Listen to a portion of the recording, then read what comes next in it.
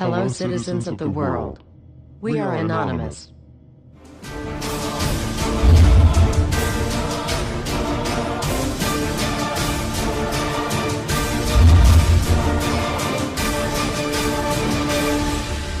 Guess what, world? We are back. Everywhere you look, corruption. We continue to fight pointless wars over lies, and we are killing innocents and letting our children die in wars just to ensure the Federal Reserve can continue their petrodollar scandal. We are sitting idly by while these crooks continue to loan fake money out to us at interest, stealing our homes, and enslaving our children. Let me make this extremely clear to all of you listening. Many corporations, especially the Federal Reserve, used the government to steal $17 trillion from your children. Your children did not have that money. They are now debt slaves. These people have stolen money from your children that are not even born yet, and sold their freedoms. They have enslaved you and many around the world. Wake up, world. And they did all of this by counterfeiting money and loaning it out at an interest. They have stolen hundreds of trillions from people around the world. Have you heard about Microsoft's Xbox manufacturers in China? They had to install suicide nets outside their buildings to ensure their employees don't jump out of the window to commit suicide. These are the conditions your children in the US will be working under when the debt is soon owed, and it will be owed. It is not a matter of if it will be owed, but it is just a matter of when. And it will happen as soon as the United States economy collapses, which will happen very, very soon. And if you think because you do not live in the United States this does not affect you, you are wrong. And you are next. The only way we can stop this is if we all unite together and fight it. People of the US are waking up to the Federal Reserve scandal, and the powers that be are currently afraid of retaliation. And that is precisely why they trying everything they can to disarm us. You know how the media has been saying gun violence has been out of control and at an all-time high. They are not simply twisting the truth here or exaggerating. They are absolutely bold-faced presenting lies to you. First off, realize, gun violence in the United States has always been shockingly low. And gun violence has dropped by 49% in the last 11 years. The already absurdly low gun violence in America has literally dropped in half. In half. The fact they are saying that it is at an all-time high perfect demonstrates how biased the government and the media is. If this doesn't prove to you that they have an agenda, then nothing will. Do you remember how the media keeps repeating that there has been 74 school shootings since Sandy Hook? Those 74 shootings were not even mass shootings like they claim. Most were suicides and none of them even took place at a school. Not a single one. They are presenting lies to you, America. When will you wake up? At some point you have to ask yourself, why would the government fake 74 mass school shootings involving children? If they get our guns, we will lose the fight against them. And they will take away absolutely all of your freedoms and you and your children will be forever slaves. And don't forget they purposefully put you and your children into that debt. And because the Federal Reserve is present in all countries, the other countries of the world are next soon after. This plan is called the New World Order. It is the same New World Order the Vice President of the United States called for on national TV a month ago. He said we need to strive for and complete the New World Order. This is also the same New World Order President George Bush and President Kennedy said is our country's lifetime goal. And the same New World Order George Bush said on national TV said will happen no matter what we do, and we cannot prevent it. This has all been a long-time plan. The Federal Reserve and their partners want complete control of humanity. We cannot let this happen. They want to rule over us, like kings and queens. And humanity will be forever lost to enslavement by a bunch of tyrants who have publicly admitted they want to kill off the majority of the population so the masses are easier to control. They are going to wipe your bloodline completely off of the earth. He'll tell you the order of things to happen. The enslavement will follow immediately after guns are taken away and you cannot fight back. If they cannot get the guns before the economic collapse, then they will wait until the economy collapses. When the economy collapses, people will be starving. There will be looters and shootings. The government will insist on taking guns away to help, and as soon as the guns are taken away, then we will fall into a complete dictatorship. Do not fall for it. Remember, They are the ones who caused the economic collapse to begin with. This is the same tactic used on Germans and it worked. So expect it. As soon as the economy collapsed and the masses were starving, the German government asked the people to give up their rights and they listened. And then eventually the government was throwing the naked masses into giant burning hot ovens for mass execution. Do not give up your rights. Do not give up your guns. Fight back, as they were the ones who caused the problem. Just so you know, the people who are behind this Federal Reserve scam and New World Order are the same ones who funded Hitler's campaign. Make no mistake, these people are as brutal as Hitler himself, even more brutal. In fact, now we are going to show you some. Assuming America grows some balls and we win, we will need an overall plan. We have come up with a perfect plan. This plan offers extraordinary possibilities. It will make for the most beautiful and free world you can ever imagine. If we are successful, we can leave a much better for our children. A beautiful world.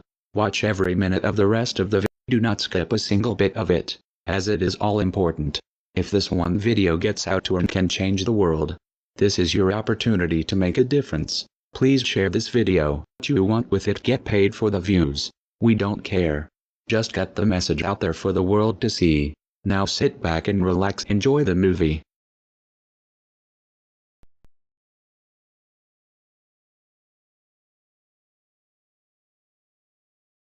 To you? Makes perfect sense. Okay. Anybody else want to throw anything out at us? Sir? I think you're an anarchist and you don't know it yet.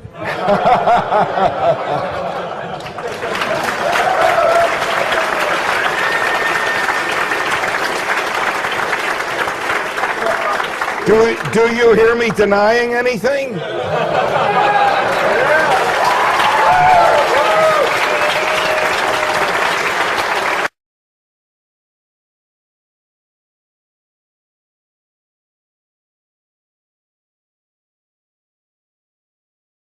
Many people, when they hear the word anarchy, think of chaos and mayhem.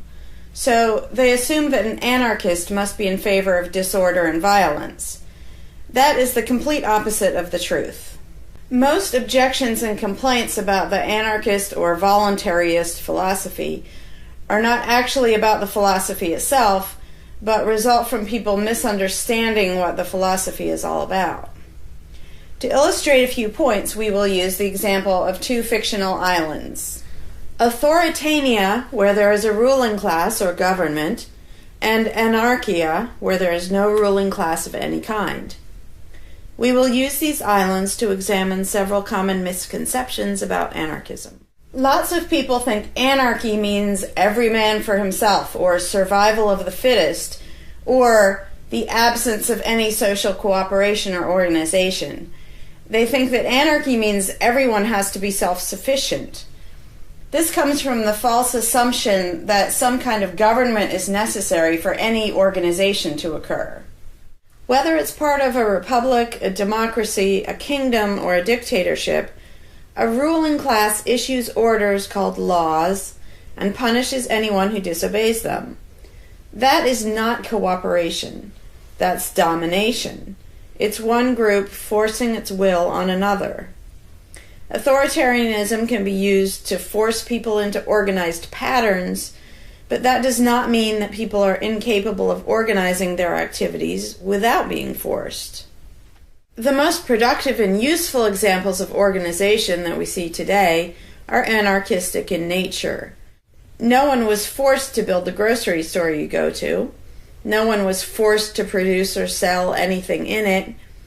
Everyone involved in the vastly complex operation of growing your food, transporting it, displaying it in the store, and selling it to you, everyone involved participates voluntarily, working in exchange for money. You and all the other store customers choose freely which store to go to and what to spend your money on. This purely voluntary arrangement allows for an amazingly complex degree of organized cooperation without anyone being coerced to participate. In contrast, under government, a very small group of people comes up with an idea and forces everyone else to participate in it and provide for its funding with tax dollars. In the authoritarian version of a supermarket, the ruling class would tell people what to produce and how much, what prices to charge, and they would tell customers what they must buy and what they must pay. Anyone who did not comply with the centralized master plan would be punished in some way. That is how government does things. Which one of these would you prefer? Another common but incorrect assumption is that if there were no ruling class or no government, people would have no way of defending themselves against common criminals or foreign invaders. Again, this is simply not true. The government version of protection is inherently hypocritical. Governments will use their hired law enforcers to find and lock up some of the private thugs and thieves and prevent them from preying on people.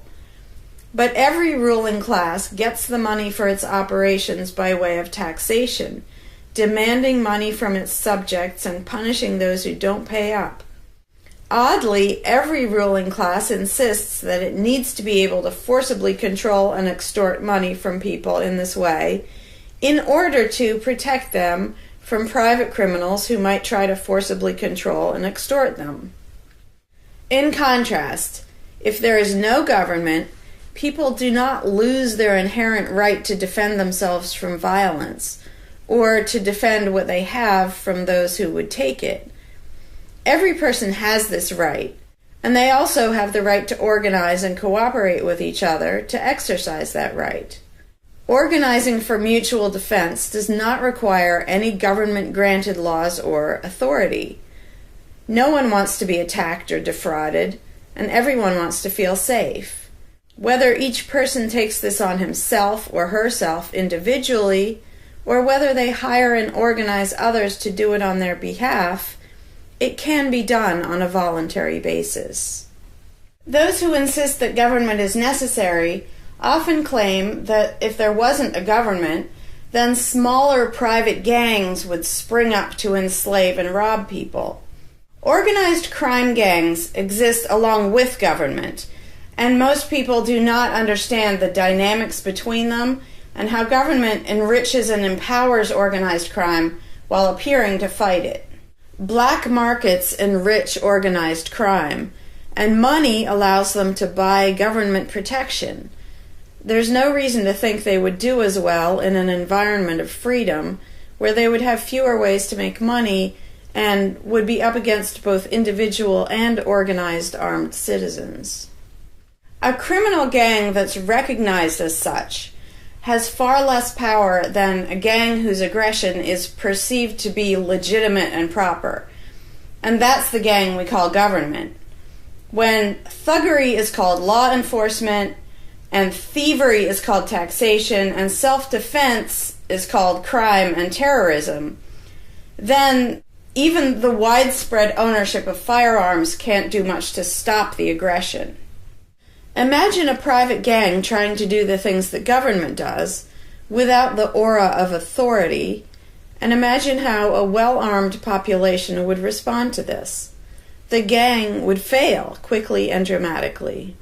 Another concern that people have when they first consider the idea of a stateless society is that some people are truly malicious, destructive, and sociopathic. The concern is that these people would be free to do anything they wanted and no one would stop them. But this concern is again based on a basic misunderstanding of human nature. Wherever we have a government ruling class, we still have freelance thieves and thugs who are not deterred by the laws of the politicians. In some instances, they're stopped by force by the police, or they decide not to commit a crime for fear of what the police might do to them. What makes this deterrence work is not the legislation or the official badges, but the simple threat of harm to the sociopath. It really makes no difference whether the threat comes from the police, or another citizen, or even another criminal. A sociopath doesn't care about laws or social rules. He cares about avoiding pain and hardship for himself. This is still true when a government ruling class is not involved at all. If the intended target of a would-be carjacker pulls out a gun, it doesn't make any difference to the carjacker whether that person has a badge or whether there's a law against taking people's cars. Discouraging nasty people from hurting others does not require special authority, only the ability to use defensive force. Ironically, though people hope that government will protect them, having a government, a gang which is believed to have the right to tax and control people, just creates one gang so big and powerful that normal people can't resist it. In short, to create a huge gang and then give it societal permission to control and extort people with the hope that this gang will prevent theft and thuggery is simply a self-contradictory idea, but that's what government always is. Some people might assume that if people organize for mutual protection and defense, then that's what government is. But there's an essential difference. People coming together to do something that everyone has the right to do, such as defend yourself, doesn't require any special authority. It's not government unless one group of people claims the right to do things which others do not have the right to do, such as taxing and controlling innocent people. Organized defense can be very effective without supposing the special right to rule over others. In other words, without being government. In contrast, governments rob the people they rule of far more wealth than private crooks could ever manage, making the idea of a protector government ridiculous. Another common objection to the idea of a stateless society is the notion that, if not for a group of lawmakers telling the rest of us how to behave, we would all behave like stupid, irresponsible, violent animals. This claim implies one of two things. Either we normal people have no idea what is right and wrong unless and until politicians tell us, or the only reason we want to do the right thing and coexist peacefully is because politicians told us to. A quick examination of your own motivations will show you that neither of those things is actually true. It's particularly odd to make this argument in a society where politicians are voted into power. If the people themselves have no moral code and no conscience, and are just stupid, violent animals, why does almost everyone want government to keep the peace and protect the innocent? Would a population of vicious, heartless, evil people try to elect good people to keep the evil people in line? Obviously not. The goodness and the desire for order and peace comes from us, not from the lawmakers we vote into office.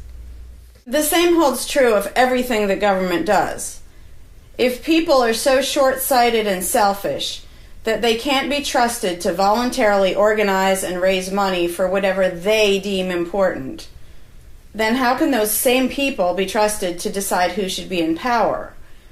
The implication is that the average person can't be trusted to run his own life, but can be trusted to choose someone to run other people's lives. Government is really not a civilizing influence. It's actually an uncivilizing influence. People who would never personally rob their neighbors constantly use the government to do it for them by way of taxation. People who would never dream of trying to control minute details of their neighbors' lives think it's just fine to vote for politicians to do it instead.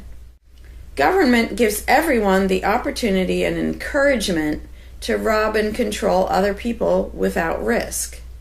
So government, rather than serving as a check against the imperfections of our nature, instead drastically amplifies our greed, irresponsibility, and malice towards other human beings by giving us a legally acceptable and risk-free way to interfere with the lives and choices of our fellow men and women. Government brings out the criminal and busybody in everyone. In contrast, in the absence of a ruling class, people would lose their ability to ask lawmakers to interfere with their neighbors' lives. And we would not have law enforcers who could avoid responsibility for evil deeds by claiming that they were just following orders. Throughout history, far more theft, assault, oppression, and even murder has been committed by those acting on behalf of a supposed authority than by anybody else. Even basically good people, when they believe in government, will condone things or do things which they know would be wrong if they did them on their own. Most people know that theft and assault are bad, but they imagine that controlling their neighbors and forcing them to spend their money on things they don't want is perfectly moral and legitimate when it's done by way of the political process. Wrong becomes right when it's called taxation, legislation, regulation, and war. Anarchists know better. They know that human society will never be perfect, but it would be a whole lot better if evil deeds were committed only by genuinely nasty, sociopathic people, rather than being committed wholesale by basically good people who think that violent aggression is okay when it's called law enforcement. The fundamental principle of voluntarism is very simple. It's wrong to initiate violence against any other person, regardless of badges, laws, or alleged authority. The only time the use of force is justified is to defend against aggression. Almost everyone understands this on a personal level, but they've been taught that this basic rule of social living does not apply in the game of politics and government. Most people already know how to get along with others, and most people want a peaceful and just society. Our morality doesn't come from politicians making laws. Our ability to organize and cooperate doesn't come from the ruling class. When people escape the belief in government, they don't suddenly turn into violent animals. Our inherent right to defend ourselves and our ability to defend ourselves is not served by government. In fact, it's threatened by government more than by anything else. Ruling classes do not produce peaceful coexistence, but rather perpetual conflict and violence.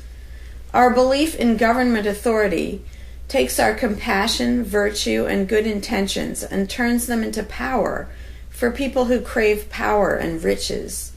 Of course, the people who benefit most from the political racket will put a good spin on the system and do their best to convince people that it's a social necessity. But ask yourself this: have the thousands of laws, regulations, and taxes imposed on you by politicians made you a better person? Have they made you more productive or more caring? Is the world better off with the politicians taking your money and telling you how to live your life? Or do you think it might have been better off if you'd been allowed to spend your own money and make your own decisions? Is society really best served by a small class of people forcefully imposing a centralized master plan on everyone else? Can the orders and threats of a ruling class make the world what it should be? Or would society be better served by human freedom and respect for individual rights, by voluntary cooperation and peaceful organization? If this second option sounds better to you, maybe you should learn more about anarchism. Some people dismiss anarchism as a utopian idea that would only work if everyone were generous and compassionate.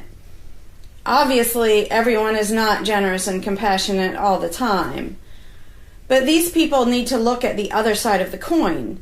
If people are too stupid, greedy, and malicious to be free, aren't they too stupid, greedy, and malicious to be trusted with power over others? Whether people are inherently good, bad, or some of each, giving a person power over others is not going to make that person better. In fact, power has historically been known to corrupt people and make them worse, whereas the discipline imposed by the equal freedom of everyone else brings out the best in human nature. Most people today think that we need some form of government because they mistakenly believe that obedience to authority makes us all more civilized, moral, and peaceful. In reality, it has always done exactly the opposite. Everyone knows that governments can be corrupt, abusive, inefficient, counterproductive, even tyrannical. But most people assume that the way to fix that is to get the right people into power. People have spent centuries trying to create a good society using different kinds of ruling classes, different legal structures, different ways of choosing the rulers, and so on. But every governmental construction has resulted in freedom and riches for some, and oppression, violence, and poverty for others. What if, instead of deciding what the throne should look like and who should sit on it, all people of goodwill embraced the non-aggression principle? What if, instead of looking to a ruling class to impose our values on society, we embraced the concept of self-ownership? These principles are simple and easy, to the point of being self-evident, but they're diametrically opposed to the authoritarian principles that most of us have been indoctrinated with. Anarchism does not mean chaos and violence, or every man for himself. Having no government does not mean having no morality, no organization, and no cooperation. Simply put, anarchism does mean that no one is your master and no one is your slave. And that's all it means.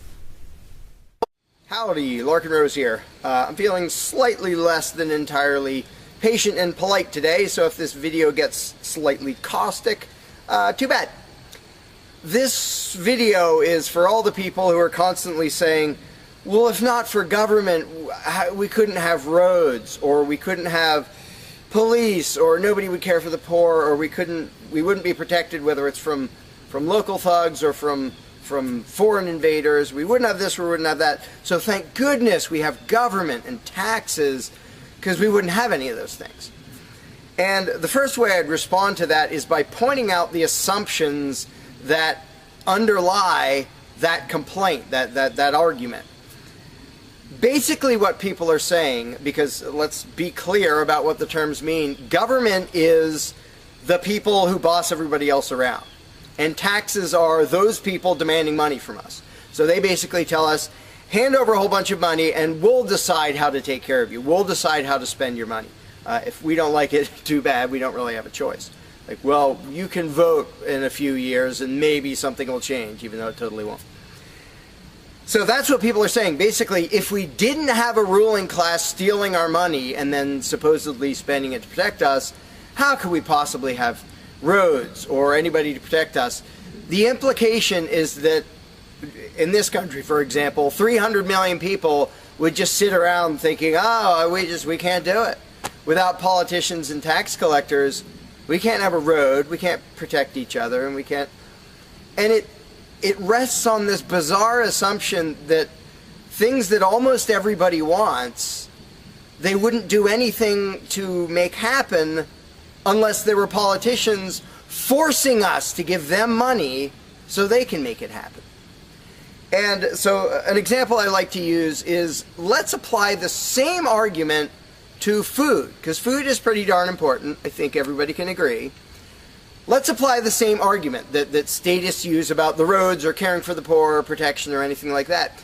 The argument would go like this. Now, in the context of food, listen how idiotic this is.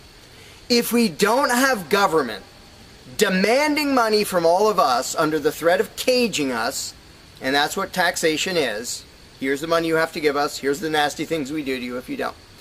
If that didn't happen so that they could build a big food production and distribution system and feed us, well, we'd all starve. We'd all just sit around saying, gosh, I wish we had food, but, no politicians and tax collectors. We're just going to sit around and starve to death. Now, in this country, nobody would believe something that stupid, because all you have to do is go to a supermarket and see a perfect example of really efficient, organized cooperation that nobody is forced to do. There is no, if you're going to make the argument that people make about roads and protection and all that, you'd say, well, nobody is forced to make any food for anybody in this country. How do you know everyone's just going to say, well, it's not my job, and we'll all starve to death? There's no guarantee. There's no master plan guaranteeing that we'll all have food. So obviously we're all going to starve if we don't have an authoritarian government stealing our money and then making food and giving it to us. Because golly gee, we couldn't possibly do it voluntarily ourselves. Again, in this country, nobody makes that argument because they see it happening voluntarily. Nobody involved is forced to do that. Nobody is forced to make you a single bite of food. There is no guarantee at all from anybody. And yet, Americans are, by and large, hugely overweight. Obviously, we don't have a lack of food. We might have a lack of healthy food. But obviously, we see that example. Oh, we can handle that. You know, voluntarily, mutual cooperation, that's fine for food. But for some reason, it's not okay, and we can't even fathom the idea of the exact same thing handling roads or handling protecting us or other things that almost everybody wants. So there's, in the question is this bizarre assumption that everybody will sit around really, really, really wanting something, but because there aren't politicians bossing us around and stealing our money, well, how could we possibly do it? And one of the most common things is, who will build the roads? Which is amazingly stupid to me. Just amazingly stupid. I have here in my pocket a little tiny thing. With this little tiny thing, I can be most places in this country and call people all over the world. And I own it myself. I'm not anywhere near rich these days, but I own one. Almost everybody I know has one of these. A little thing that can fit in your pocket, and just on a whim, you can open it and talk to somebody who's on the other side of the planet. And there was no coercion. Nobody forced anybody to make one of these. This is the result of voluntary cooperation. And that's it. Free trade. Organization, yeah, good. Cooperation, yeah, good. Coercion, which is what government is, and taxation, which is theft, didn't need that to do this. So what these people are telling me, oh, we wouldn't have roads if we didn't have government, is that somehow free individuals, relatively free, interacting voluntarily can make it so I can talk to almost anybody in the world on a little thing that fits in my pocket on a budget that is not a very good budget at the moment, but I still have one of these. That freedom, not authoritarianism, can supply me with this, but freedom cannot achieve a flat place. Because that's what a road is. It's a flat place. From here to there, because we have these machines that take us from here to there. By the way, we don't have those machines because of government. We have those machines because of free enterprise and voluntary interaction and cooperation. The idea that freedom can make a car but can't make a flat place is just idiotic. You really think we can't make a flat place? And so I ask people, and they say, well, who will build roads? Are you really telling me that you really and truly think that if government fell off the face of the earth, 300 million people in this country, 7 billion if you want to include the whole planet, would sit around in their houses thinking, golly, I wish I could go visit Fred, but I can't because there's not a flat thing from me to him, and I don't know how to do it. And the other 300 million or 7 billion people, we can't possibly do it because there aren't any politicians and tax collectors. If they were here, we could do it. If they were here to boss us around and steal our money and really inefficiently build a flat place, then we'd be set. Then I'd be comfortable and I could be confident that I could get places. I could visit Fred, I could go shopping, but now we're all going to sit in our houses wishing we could go to the corner store, but we can't because, golly, how could we possibly make a flat place from here to there? We can make these, where you can talk to anybody in the world. We can make machines that you drive around in, but no, we couldn't possibly make a flat place. And when people say, well, who will build the roads? The first answer is the same damn people who do it now. Politicians and tax collectors don't build the friggin' roads. Have you ever seen one out there? No, you haven't. They steal our money, waste most of it, do all their corrupt games, and then they pay other people. Here's an idea. How about if we pay those other people who actually build the stinking road? And the fact that that doesn't occur to people is a great indication of how well indoctrinated people are by the rulers who will perpetually tell us, you can't organize anything, you can't achieve anything, you can't do anything unless we are here to force it on you. And it's, again, there are a zillion examples, whether it's caring for the poor or protection or roads, obviously. where most of the population will say, I'm really concerned that poor people won't be taken care of, which means most of the population wants people in need to be taken care of. And if we didn't have politicians stealing our money, how would it happen? Here's an idea. Take some money out of your pocket and give it to one of the people that you think needs help. Why would you not comprehend that, but you would comprehend some guy 1,000 miles away passing a law to send an armed thug to take your money, to waste 90% of it, and then give a little bit to somebody who may just be defrauding the system or may actually need it? And the amount of indoctrination required to make people even ask these questions of how could we possibly do this without government? What do you think government adds to the equation? It doesn't add any resources. It doesn't create anything. Everything it gives away, it steals from us first, by way of taxation. It doesn't add any skills. It doesn't add any knowledge. The people who are here would still be here if the institution of government fell over. We have all the know-how, we have all the resources, all the technology. The only thing it adds is one group that's imagined to have the right to violently assault and control and extort everybody else. So what the question really means is, how could we have a road, or how could I help that poor, or how could that poor person be helped, or how would anybody protect us if there wasn't a gang of thugs with permission to violently control and rob us? And when you recognize that that is literally what the question means, you already see how utterly idiotic it is. And it's completely the result of authoritarian statist indoctrination. Nobody would come up with that on their own. And you obviously don't see that with the example of food or cars or cell phones or anything else. Nobody says, we won't be able to talk to each other unless there's a gang of thugs that's allowed to boss us around and steal our money. And just economically, how stupid you have to be to think that's a good idea. Here are your choices. Let's do this. I'll give you these two choices for how you will be fed from now on. Either you can go spend your own money wherever you want. You can go to the supermarket or the local this or the local grocery, whatever you want. You can go decide what you want, and they'll tell you the price. You decide what you're going to buy and how much. And you can go to different places and you can shop around and you can do all that. That's option number one. But let me warn you, option number one does not give any guarantee that you will be fed.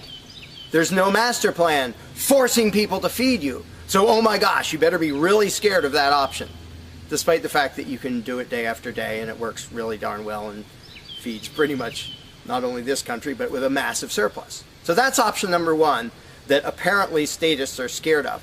Option number two is politicians will take as much money of yours as they decide to take. Then they will decide what, if anything, they will buy with that money in terms of food to give to you, to feed you. Do you really think that will serve you better, that will feed you better?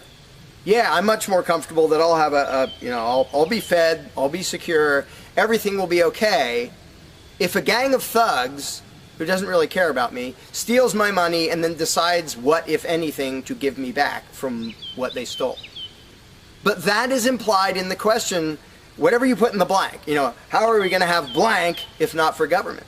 What you're saying is, how can we, the people who really want roads and food and cell phones and protection and all the things that almost everybody wants, how can we possibly have that unless we give someone permission to steal our money and boss us around and then decide what they're going to give us?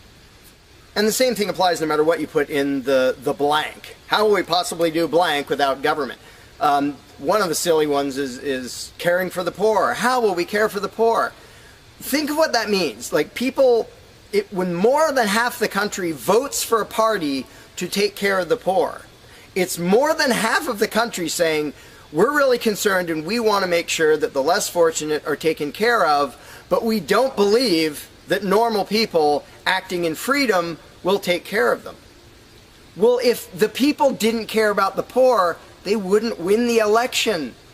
By definition, if you vote for a welfare state, you're an idiot. Because either people are heartless bastards and you're going to lose, or people are compassionate and giving and you don't need to win. Just give them your stinking money. But people play the game, and that's the Democratic Party lives off of the idiotic notion that you're all so heartless that you should vote for us to steal your money to give to the poor. And half the country falls for it. Yeah, we're all so heartless that we voted you into office for the specific purpose of taking our money to help the less fortunate. That's just freaking brilliant. How about if half the country just gave their stinking money to the less fortunate? And then the less fortunate would all be rich, because it would be 1 trillion times more efficient than the government version of welfare ever is. Also, it would be actual charity instead of mass theft and corruption and fraud and all that fun stuff. But what takes the cake, the ultimately insane thing, whatever you put in that gap, how can we have blank without a parasitic ruling class and a bunch of hired thieves? It's just a stupid question, but it's extra super stupid when what's in the blank is, how will we be protected? Who will protect us from thieves and robbers if we don't have government? It's the most idiotic question. It's also the most frequent question from statists.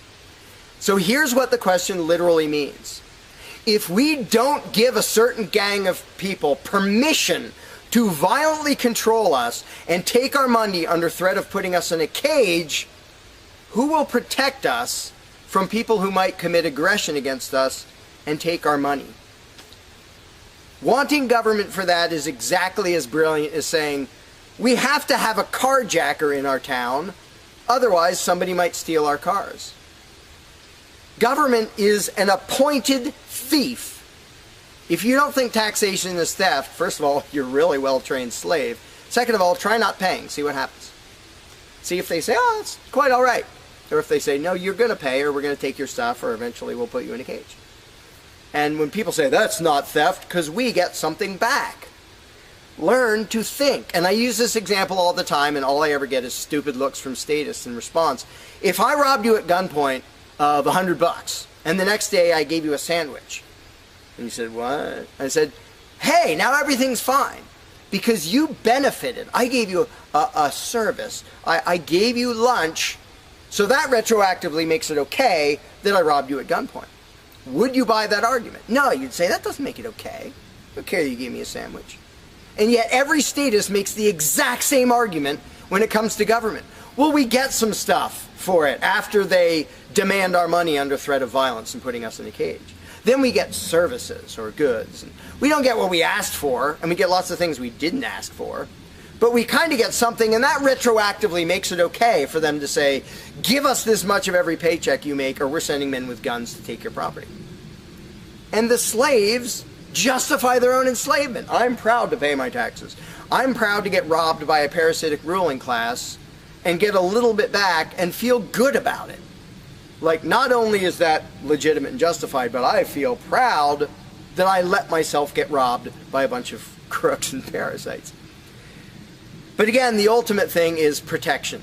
When people say, who will protect us from aggressors and thugs and thieves if we don't have a government? Even though what government is, by its very nature, is a gang of aggressors and thugs and thieves. They issue commands. Every law they pass is a command backed by a threat of violence. You have to do this. You're not allowed to do that. Here are the nasty things we will do to you if you get caught disobeying. I mean, everybody knows that, even though they don't usually say it in terms that blunt and honest and accurate. But to say we need taxes to be protected is as stupid as you can get. It's saying we need theft to avoid theft. And the fact that people are trained to use different words so that this theft sounds okay. It's legalized, it's taxation, and we voted for the people who robbed us. Like, we got to elect our local carjacker, and that means he represents us when he demands our car and points a gun in our face. He's serving us as he steals our car, because he's going to use that car and sell it and make money to make sure nobody else steals our car. That is the essence of government. And the fact that you have hundreds of millions of victims of that scam vehemently defending it and saying, I'm not going to give that up. I don't want to give up government. Who would protect us? I don't want to give up the biggest aggressor on the planet, the biggest thief on the planet. Look at your tax bill and see how much private crooks steal from you.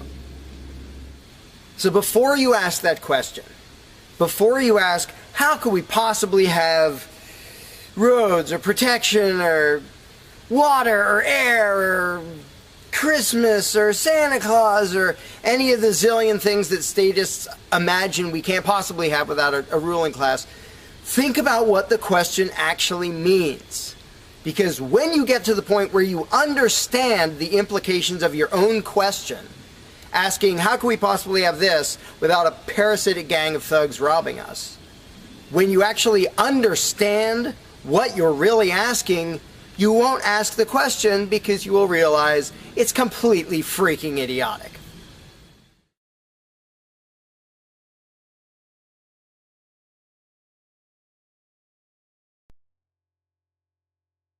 Hey, Larkin Rose here. One of the first things that people are concerned about when they start thinking about a society without a ruling class is, well, what happens to the nasty people? Whether you're talking about people who are just kind of negligent or inconsiderate, play their music too loud at night or leave their trash lying around the woods or whatever it is, all the way up to people who run around attacking and murdering people. So people say, well, what would happen to them? What would we do about that? Some people even go so far as to say, if not for government, there would be nothing to stop people from committing murder and doing whatever other nasty stuff. And it's funny because when somebody says that, there would be no consequences, they could do whatever they wanted and nobody would stop them, the person saying that is implying that he isn't going to do anything. If there's someone running around attacking and murdering innocent people, the guy who said nothing will happen to them, obviously he's not going to do anything or something would happen to them. But not only is he demonstrating his own cowardice when he said there would be nothing to stop murderers, he's also projecting his own immaturity and irresponsibility onto the rest of the world, because he's also saying the other 7 billion people wouldn't do anything about it, which obviously isn't true. I would, wouldn't you? If somebody was running around murdering your neighbors, would you just go, well, there aren't politicians and there's nobody with a badge and we don't have tax collectors and bureaucrats, so oh well, I guess they're just out of luck, they're going to get murdered. And would you not even protect yourself if there wasn't government? Obviously, lots and lots of people, all the sane people, would do whatever they could to protect themselves and defend the innocent. So to say nothing would happen is just really bizarre. And it comes from having a mentality basically of a little kid in a classroom, where the teacher walks out of the room and the kids are just sitting there, we don't know what to do. No authority's telling us what to do. And Johnny's throwing things at me, and there's no teacher to stop him. Ah! Because most people, having been trained into authoritarian mentality, it never occurs to them that they are the ones who should fix anything, who should stop anything. And so when people say, well, what would be done about this and that and the other thing, nasty people doing nasty things, the first thing I ask is, well, what would you do about it? Because people are so into the mentality that there has to be some master plan and some authority who writes down the law of here is what will be done with those people, that people don't think in terms of, well, what would I do about it? Which is why I always ask people, well, what would you do about it? You're a person just as much as me and just as much as the other 7 billion. What would you feel justified in doing if somebody was polluting or playing their music too loud at night or running around murdering people or whatever in between you can think of? Any nasty thing, what would you feel justified in doing about it? Because there's a very basic rule of being a moral human being, which is if it would be wrong for you to do something, don't ask anybody else to do it. And the rule is so simple, so self-evident and obvious that most people will go, well, duh, of course. Trouble is, nobody in the world who believes in government abides by that rule. Nobody. I don't care if you're a constitutionalist, Democrat, Republican, fascist, communist, anything, any kind of statist. There is nobody who believes in government who abides by the most basic rule of morality, which is if it's wrong for you to do something, don't ask somebody else to do it. Because every single candidate, every party, every government always does things that the voters know they themselves have no right to do. And to say something like, well, I'm voting for the guy who's going to tax you less. Well, do you have the right to rob me a little bit less than the other guy? No, you don't.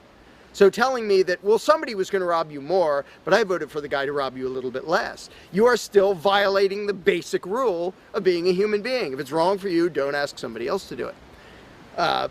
Well, that's kind of the second basic rule, the first one being the non-aggression principle. And they actually go together quite well. But when people are in the mindset that there's going to be some major centralized plan to deal with whatever, polluters or people who play their music too loud or murderers or whatever else, they have to get out of that mindset. They have to start to think that maybe they are among the people who have to do something about it. So instead of saying, what will be done about such and such, well, what will you do about it? What should I do about it? And this doesn't magically make all the problems go away, but the actual practical challenge of dealing with most disputes is trivial compared to the challenge of getting people to think like responsible adults, where they start to think, well, maybe it's up to me. And a while back I did little events called Escaping the Myth. And one of the little mental exercises I did with these little groups of people is, imagine we're on an island and we're it. There's no government, there's no authority, there's nobody with a badge. And one of us is running around stealing stuff from other people. He's not killing anybody, but he's stealing stuff. What are we going to do about it? We normal people. There's not a legislature, there's not 911 to call, there's nobody with a badge. It's just people. And so with that specific example, I would ask people, so what do we do? And just off the top of their heads, everybody comes up with solutions that are way better than what government ever does. First of all, every government solution is, all right, step one, I get to rob everybody. That's the government solution. Well, we're going to tax everybody so we have the resources to stop that other robber. Well, in the island scenario, nobody is stupid enough or insane enough to start with that, to say, well, let's see, so somebody's stealing our stuff. Okay, first, I get to rob all of you so that I have the resources to protect you from him. Nobody is that insane. Everybody is insane enough to believe that who believes in government. And I did for many years. I was stupid enough to actually think that it was rational and moral to advocate mass extortion in order to protect people. And that's just stupid. So I just believed something insanely stupid for a very long time. Most of the world still believes that. But in a setting where people are put on the spot and they're responsible for what happens, they don't do that. They don't say, well, I get to boss everybody around and take their money. Nobody does that. So to me, the challenge is not even coming up with specific solutions to every imaginable dispute or problem, which I don't pretend to know how everything's going to turn out. And I don't intend to be emperor of anarchy. I'm not going to be in charge of the world. But getting people to the mindset where it's up to them, where there's just people, we're it. No legislatures, no people with badges, no authority, we're just people. Suddenly people are way better at solving problems and making things work. One good example is when there's a disaster. Unfortunately, sometimes it takes a horrendous event to bring out the best in people. And it brings out the worst in some people too. But when people say, whoa, my neighbor's house is floating away, I'm not going to wait for FEMA. I'm not going to dial 911. I'm going to jump in a boat and go save him. Because suddenly it's on me. Suddenly I'm the one who has to do something. And when it occurs to people that they're the ones who have to do something, and unfortunately usually that only happens in a complete disaster area, when it occurs to people and they suddenly take on the responsibility and start to think like adults, their solutions are generally a lot better than any government solutions and ever are. But to get to that mentality, people have to shift from the authoritarian mindset to the mindset of a self-owning individual who realizes there is nothing above me. There is no magic unicorn who's going to come to save the day, who's going to come save me from polluters or somebody playing their music too loud or murderers or whatever it is. It's just us. And if we realize that, then first of all, people would stop asking me, well, without a government, how would this be handled? As if I'm going to be in charge. I don't freaking know. What would you do about it? I can tell you what I would do about it. I could tell you what I might suggest, what I might predict, but who cares? I'm one of 7 billion people. I'm not going to be in charge any more than you are. So it's really a mental exercise that people have to think over in their own heads with their own moral codes instead of waiting for some outside answer. And it's why I don't usually get into those discussions of, well, here's my plan for how to deal with this and that and the other thing, because my plan doesn't matter. My plan will not be the best plan for any problem you can come up with. There will be a million people with better plans than whatever I could come up with. So don't ask me to describe how you are going to fix problems. I don't freaking know.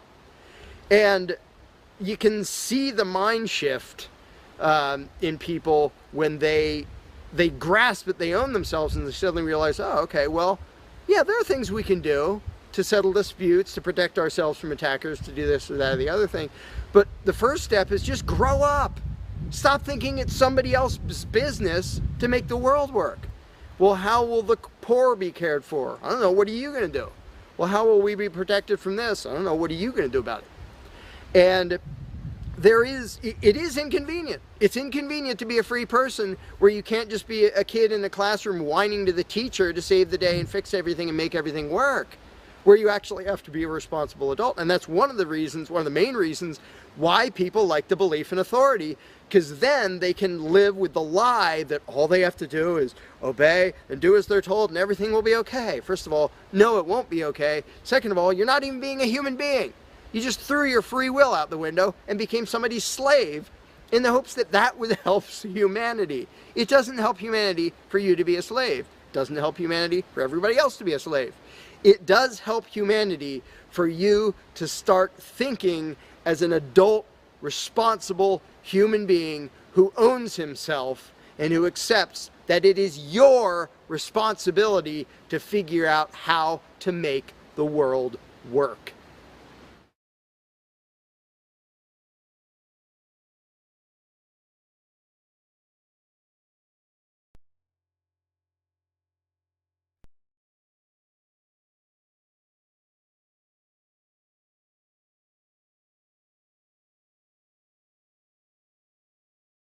You cannot begin to imagine in how many ways the world is the opposite of what you have been taught to believe.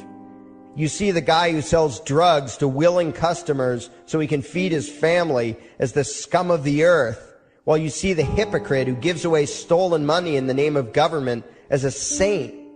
You see the guy who tries to avoid being robbed by the federal thugs as a crook and a tax cheat, but see as virtuous the politician who gives away the same stolen loot to people to whom it does not belong. You see the cop as a good guy when he drags a man away from his friends and family and throws him in prison for 10 years for smoking a leaf. And you see anyone who defends himself from such barbaric fascism as the lowest form of life, a cop killer. In reality, most drug dealers are more virtuous than any government social worker, and prostitutes have far less to be ashamed of than political whores, because they trade only with what is rightfully theirs, and only with those who want to trade with them. The upstanding, church-going, law-abiding, tax-paying citizen who votes Democrat or Republican is far more despicable and a bigger threat to humanity than the most promiscuous, lazy, drug-snorting hippie. Why? Because the hippie is willing to let others be free, and the voter is not.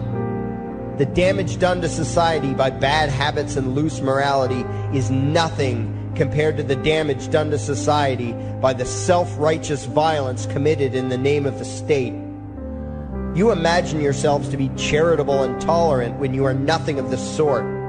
Even the Nazis had table manners and proper etiquette when they weren't killing people. You think you're good people because you say please and thank you? You think sitting in that big building on Sunday makes you noble and righteous? The difference between you and a common thief is that the thief has the honesty to commit the crime himself, while you whine for government to do your stealing for you. The difference between you and the street thug is that the thug is open about the violence he commits, while you let others forcibly control your neighbors on your behalf. You advocate theft, harassment, assault, and even murder, but accept no responsibility for doing so. You old folks want the government to steal from your kids so you can get your monthly check. You parents want all your neighbors to be robbed to pay for your kids' schooling. You all vote for whichever crook promises to steal money from other people to pay for what you want. You demand that those people who engage in behaviors you don't approve of be dragged off and locked up, but feel no guilt for the countless lives your whims have destroyed. You even call the government thugs your representatives, and yet you never take responsibility for the evil they commit. You proudly support the troops as they kill whomever the liars in D.C. tell them to kill, and you feel good about it. You call yourselves Christians or Jews or claim to follow some other religion, but the truth is what you call your religion is empty window dressing. What you truly worship, the God you really bow to, what you really believe in is the state. Thou shalt not steal, thou shalt not murder, unless you can do it by way of government. Then it's just fine, isn't it? If you call it taxation and war, it stops being a sin, right?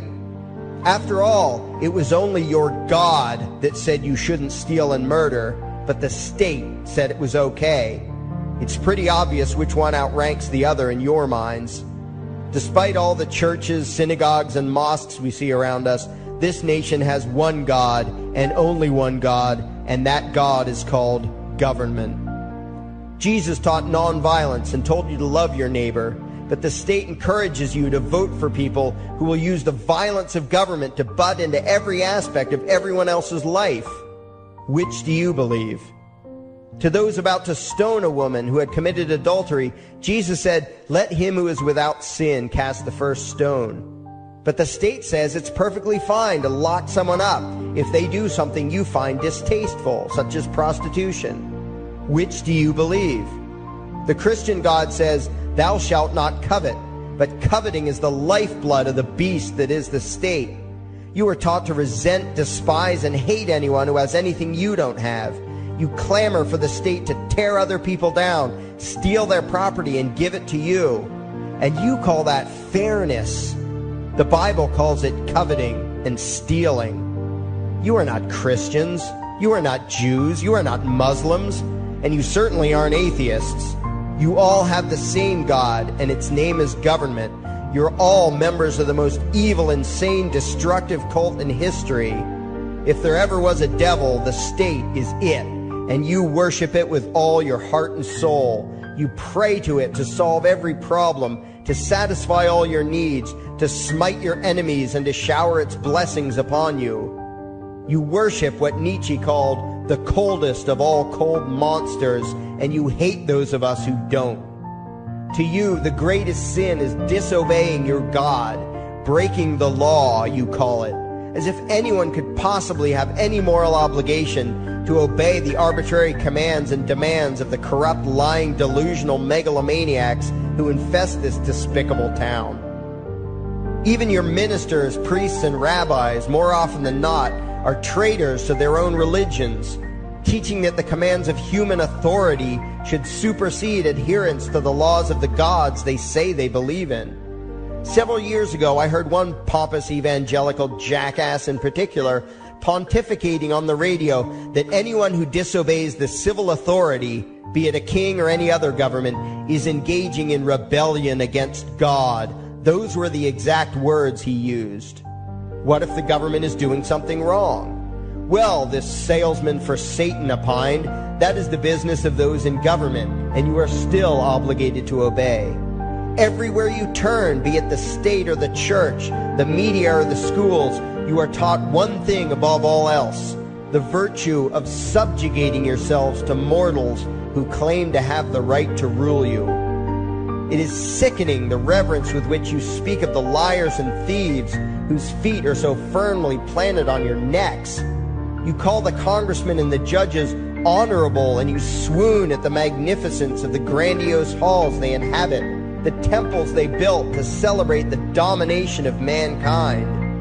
You feel pride at being able to say you once shook a senator's hand or saw the president in person. Ah, yes, the grand deity himself, His Royal Highness, the President of the United States of America. You speak the title as if you're referring to God Almighty. The vocabulary has changed a bit, but your mindset is no different from that of the groveling peasants of old who bowed low, faces in the dirt, with a feeling of unworthiness and humility when in the presence of whatever narcissist had declared himself to be their rightful lord and master. The truth of the matter, back then and today, is that these parasites who call themselves leaders are not superior beings. They are not great men and women. They are not honorable. They're not even average. The people who earn an honest living, from sophisticated millionaire entrepreneurs to illiterate day laborers doing the most menial tasks you can imagine, Those people deserve your respect. Those people you should treat with courtesy and civility.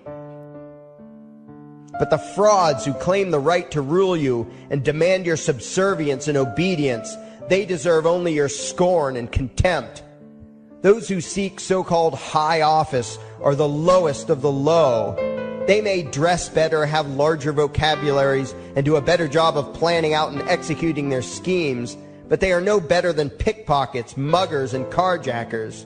In fact, they are worse, because they don't want to rob you of just your possessions. They want to rob you of your very humanity, deprive you of your free will, by slowly leeching away your ability to think, to judge, to act, reducing you to slaves in both body and mind.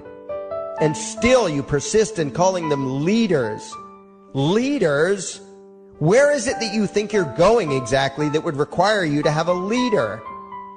If you just live your own life and mind your own damn business, exercising your own talents, pursuing your own dreams, striving to be what you believe you should be, what possible use would you have for a leader? Do you ever actually think about the words that you hear, the words that you repeat? You parrot oxymoronic terms such as the leader of the free world, even pretending for a moment that there is some huge journey or some giant battle that everyone in the entire nation is undertaking together that would require a leader. Why would you ever think, even for a moment, that the crooks that infest this town are the sort of people you should listen to or emulate or follow anywhere? Somewhere inside your mostly dormant brains, you know full well that politicians are all corrupt liars and thieves, opportunistic con men, exploiters, and fearmongers. You know all this, and yet you still speak as if you are the ones who are the stupid, vicious animals, while the politicians are the great, wise role models, teachers, and leaders without whom civilization could not exist. You think these crooks are the ones who make civilization possible? What belief could be more absurd? Yet when they do their pseudo-religious rituals, deciding how to control you this week, you still call it law, and continue to treat their arbitrary demands as if they were moral decrees from the gods that no decent person would ever consider disobeying.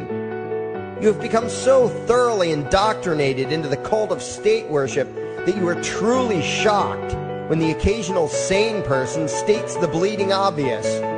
The mere fact that the political crooks wrote something down and declared their threats to be law does not mean that any human being anywhere has the slightest moral obligation to obey. Every moment of every day, in every location and every situation, you have a moral obligation to do what you deem to be right, not what some delusional bloated windbag says is legal. And that requires you to first determine right and wrong for yourself, a responsibility you spend much time and effort trying to dodge. You proclaim how proud you are to be law-abiding citizens and express your utter contempt for anyone who considers himself above your so-called laws, laws that are nothing more than the selfish whims of tyrants and thieves. The word crime once meant an act harmful to another person. Now it means disobedience to any one of the myriad of arbitrary commands coming from a parasitical criminal class. To you, the term crime is nearly synonymous with the word sin, implying that the ones whose commands are being disobeyed must be something akin to gods, when in truth they are more akin to leeches.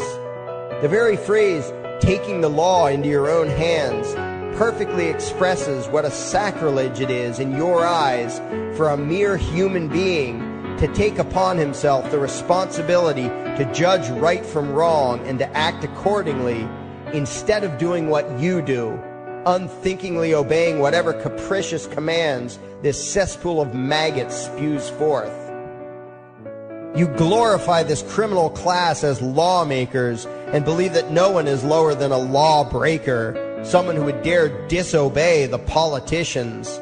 Likewise, you speak with pious reverence of law enforcers, those who forcibly impose the politicians' every whim upon the rest of us. When the state uses violence, you imagine it to be inherently righteous and just, and if anyone resists, they are, in your eyes, contemptible lowlifes, lawless terrorist criminals. Like the lawless terrorist criminals who helped slaves escape the plantations. Like the lawless terrorist criminals who helped Jews escape the killing machine of the Third Reich. Like the lawless terrorist criminals who were crushed to death under the tanks of the Red Chinese government in Tiananmen Square. Like all the lawless terrorist criminals in history who had the courage to disobey the never-ending stream of tyrants and oppressors who have called their violence authority and law. And that includes the lawless terrorist criminals who founded this country. Everything you think you know is upside down, backwards, and inside out. But what has to take the cake, the height of your insanity, is the fact that you view as violent terrorists the only people on the planet who oppose the initiation of violence against their fellow men. Anarchists, voluntarists, and libertarians. We use violence only to defend ourselves against someone who initiates violence against us. We use it for nothing else. Meanwhile, your belief system is completely schizophrenic and self-contradictory. On the one hand, you teach the young slaves that violence is never the answer. Yet out of the other side of your mouths, you advocate that everyone and everything, everywhere and at all times be controlled, monitored, taxed, and regulated through the force of government. In short, you are teaching your children that the masters may use violence whenever they please, but the slave should never resist. You indoctrinate your children into a life of unthinking, helpless subservience. You are putting the chains around their little necks and fastening the locks tight. And worst of all, you feel good about it. Out of one side of your mouths, you condemn the evils of fascism and socialism and lament the injustices of the regimes of Hitler, Stalin, and Mao. While out of the other side of your mouths, you preach exactly what they did. The worship of the collective, the subjugation of every individual to that evil insanity that wears the deceptive label, the common good. You babble on and on about diversity and open-mindedness, and then beg your masters to regulate and control every aspect of everyone's lives, creating a giant herd of unthinking conformist drones. You wear different clothes and have different hairstyles, and you think that makes you different. Yet all your minds are enslaved to the same club of masters and controllers. You think what they tell you to think and do what they tell you to do while imagining yourselves to be progressive, thinking, and enlightened. From your position of relative comfort and safety, you now condemn the evils of other lands and other times while turning a blind eye to the injustices happening right in front of you. You tell yourself that had you lived in those other places, in those other times, you would have been among those who stood up against oppression and defended the downtrodden. But that is a lie. You would have been right there with the rest of the flock of well-trained sheep, loudly demanding that the slaves be beaten, that the witches be burned, that the nonconformists and rebels be destroyed. How do I know this? Because that is exactly what you are doing today. Today's injustices and oppressions are fashionable and popular, and those who resist them, you tell yourselves, are just malcontents and freaks, people whose rights don't matter, people who deserve to be crushed under the boot of authority. Isn't that right? You bunch of spineless, unthinking hypocrites, look in the mirror. Take a good look at what you imagine to be righteous and kind. You are the devil's plaything. The crowds of thousands wildly applauding the speeches of Adolf Hitler, that was you. The mob demanding that Jesus Christ be nailed to the cross, that was you. The white invaders who celebrated the wholesale slaughter of those godless redskins, that was you. The throngs filling the Colosseum, applauding as the Christians were fed to the lions, that was you. Throughout history, the perpetual suffering and injustice occurring on an incomprehensible scale, it was all because of people just like you. The well-trained, thoroughly indoctrinated conformists, the people who do as they're told, who proudly bow to their masters, who follow the crowd, believing what everyone else believes and thinking whatever authority tells them to think. That is you. And your ignorance is not because the truth is not available to you. There have been radicals preaching it for thousands of years. No, you are ignorant because you shun the truth with all your heart and soul. You close your eyes and run away when a hint of reality lands in front of you. You condemn as extremists and fringe kooks those who try to show you the chains you wear because you don't want to be free. You don't even want to be human.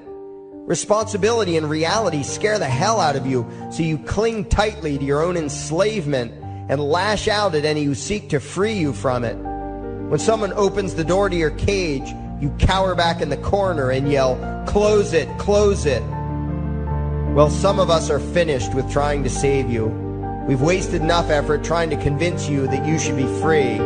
All you ever do is spout back what your masters have taught you, that being free only leads to chaos and destruction, while being obedient and subservient leads to peace and prosperity. There are none so blind as those who will not see. And you nation of sheep, would rather die than see the truth.